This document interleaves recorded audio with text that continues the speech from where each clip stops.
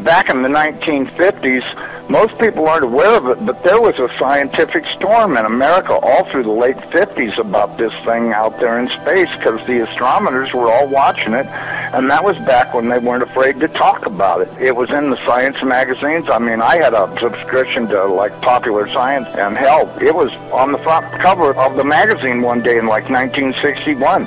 And I was really excited when I saw it, because here's this giant red planet on the horizon of the California coast, and a humongous tidal wave coming in towards the coast, and having grew up in the mountains of the Sierras, and this thing in the magazine, it said this tidal wave coming in was going to be at least 3 miles high, and I went and showed it to everybody in the house, and they laughed, and they said, look, it says right here, there's nothing to worry about. It won't be here for another 50 years. Hey, guess what? That 50 years has came and gone, and this baby's out there in the sky. They've been watching it. I watched it, and I can tell you, this thing has got so much trash coming around it. You know how we live in a solar system? We've got 9 planets and a big sun. This thing has got 7 planets and its own sun. But I believe that instead of having dirt on it like our planet does and water, I think this thing is just a big, bright reddish-orange iron ball, because it's giving off all this red iron oxide dust out into the atmosphere. When we thought at first it was just a teeny little red speck of fuzzy red dust in the distance, but over the years as it went by and we watched it, it got bigger and bigger and bigger. And then finally about '08 we could see this thing like it was across the street, and we could see that it was a blazing hot ball of fire giving out sparkles of red iron oxide dust for thousands of miles in every direction. And you could see the planet circulating it.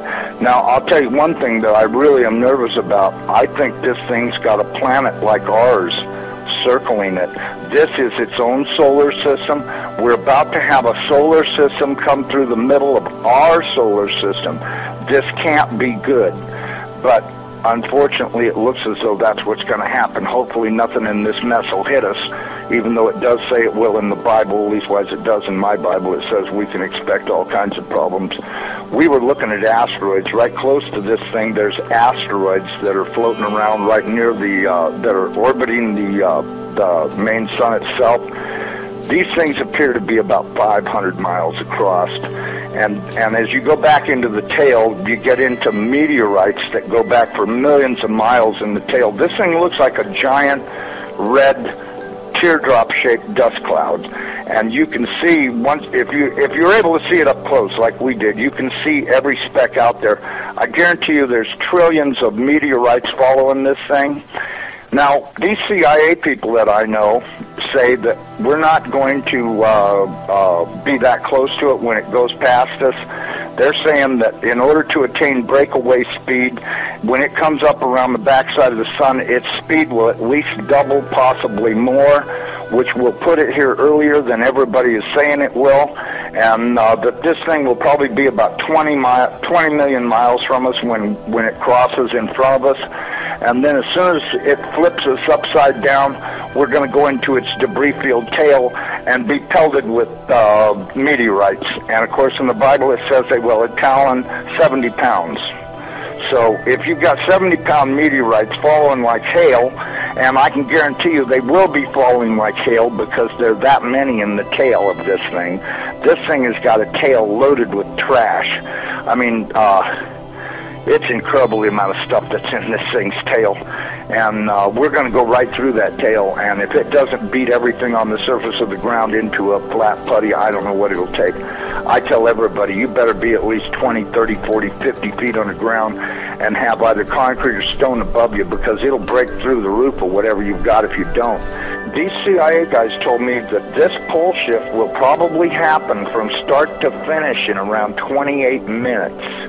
That doesn't give you a lot of warning. When you see that thing out there in the sky, you're going to have to run as fast as you can to your underground facility, because this is going to happen so fast. Now, see, here's another thing nobody's talking about. You've got this giant iron planet that they say is 47,000 miles across, getting ready to come up past us. And when it starts to approach us, it's going to start and have real serious effects. So is it a planet or a failed star? It's not a failed star. You know, I saw this thing up close. It did not look like a failed star. It looked just like our sun. Right. Okay? Would you call our sun a failed star? No. Okay, well, you had said planet. I wasn't sure if it was like a failed star brown dwarf or a full sun. So it's a full sun? It looks to me like a miniature sun, just like the one we have. The only difference is our sun is giving off flames and stuff, and this one's doing the same thing as it, but it's giving off this red iron oxide cloud of dust around it, and until it got close, we couldn't even tell what was in there. We could see it was hot, and it looked like it was just a dull red when we were first able to discern it through the red cloud. But as it approached, it started to become more apparent that this thing is just orange hot.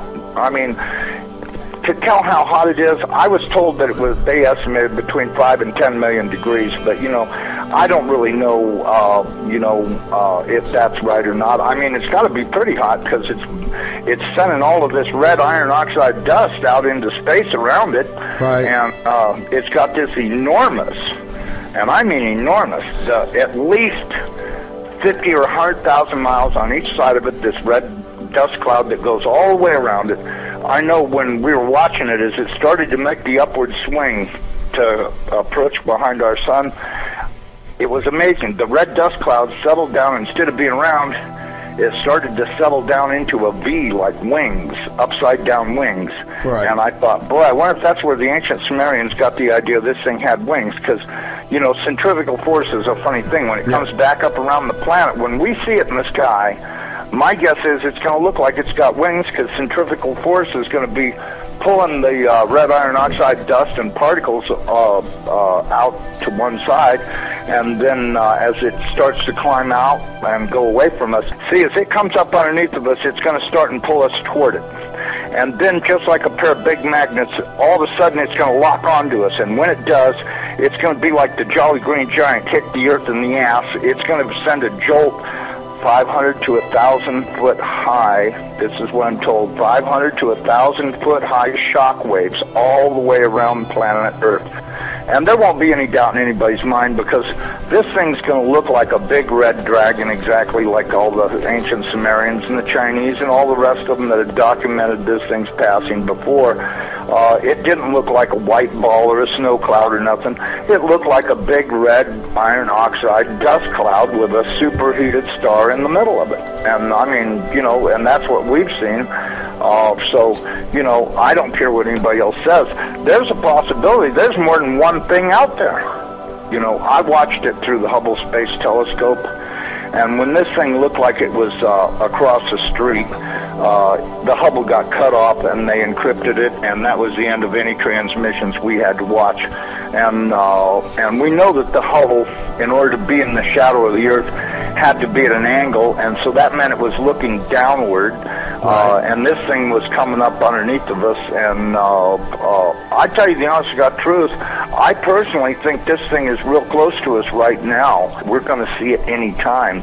I mean, I've been doing everything I could do to get prepared for it. I'm really worried about what Jesus says.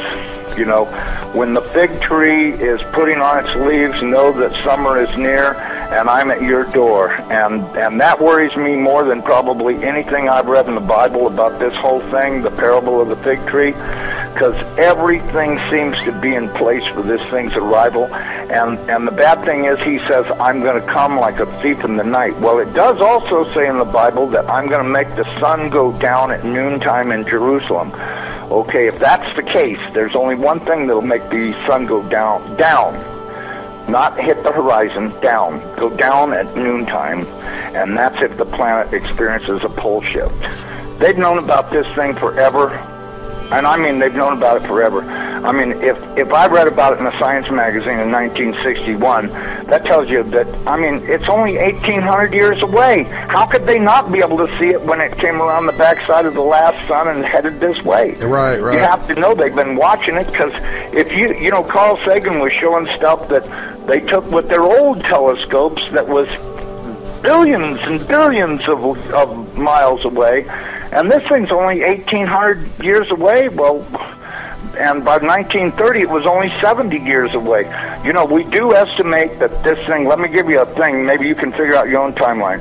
We estimated that this thing is traveling around 3,500 miles an hour, okay?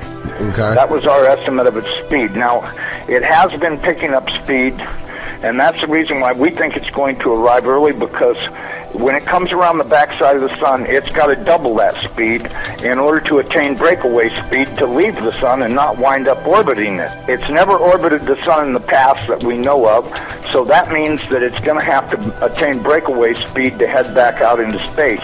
Now, you look at the NASA videos, photos, and all this other crap those morons put on the internet.